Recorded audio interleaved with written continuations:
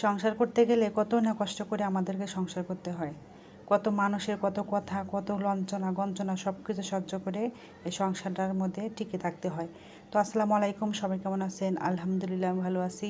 আজকে এই যে সকালবেলা একটু বিছানা টিছানা একটু গোছালাম, গুছিয়ে একটু এই যে ঘরটা একটু ঝাড়ু দেব। তো সকালবেলা খাওয়া দাওয়া করে নিয়ে এসেছি। তো ভাবলাম যে মেয়ে তো অসুস্থ ছিল এই কয়েকদিন, তো ভাবলাম যে আজকে আর 3 দিন হলো মেয়েকে কোনো গোসলই করাতে পারতাছি না।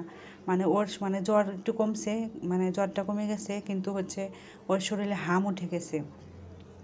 এটার জন্য না আর গোসল করাতে পারি নাই 3 দিন শুধু ওকে শরীর মোছাই দিছি, পানি মাথায় দিয়ে দিছি, এরকম করে করে ওকে রাখছি। আর এই প্রচণ্ড গরমের মধ্যে গোসল ছাড়া থাকা যায়? তো ভাবলাম আজকে এই কাজগুলো করে মেয়েকে আগে একটু গোসল টোসল করাই দিই, 11টার দিকে গোসল করাতে পারি কিনা।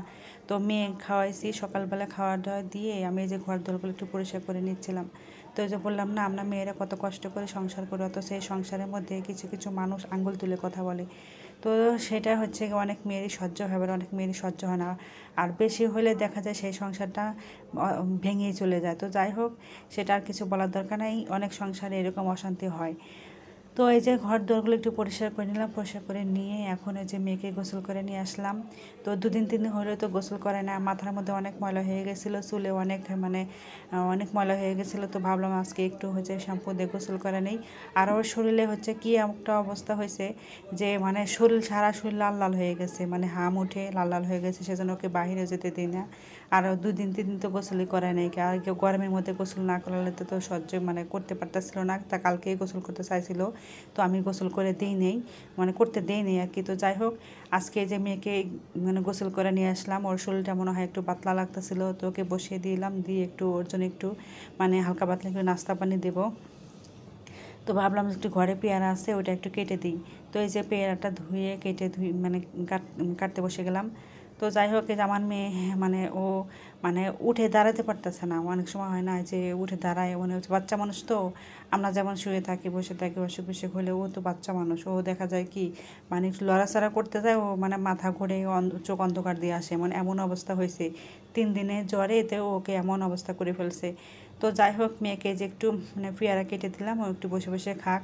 তো ওর মুখে একদমই রুচি নাই, দেখি কি করে খায় কিনা। তো মানে যে জিনিসটা সামনে দেয় না, সেই জিনিসটা দেখা যায় কি মানে খেতে চায় না, জোর করে করে খাওয়াইতে হয় একটু পর পর। তো যাই হোক, মেয়েকে খাবার দিয়ে দিয়ে আমি আবার দুপুরে রান্নাবান্না করতে যাব। তো আজকে হচ্ছে মানে যে রুই মাছ দিয়ে হচ্ছে পুঁই শাক আনছি, আর মিষ্টি কুমড়া বাজার থেকে নিয়ে আসছি, ওগুলো দিয়ে হচ্ছে রান্নাবান্না করব। তো আমার কাছে না এই যে মিষ্টি কুমড়া পুঁই শাক আলু দিয়ে রান্না করলে মানে অনেক ভালো লাগে।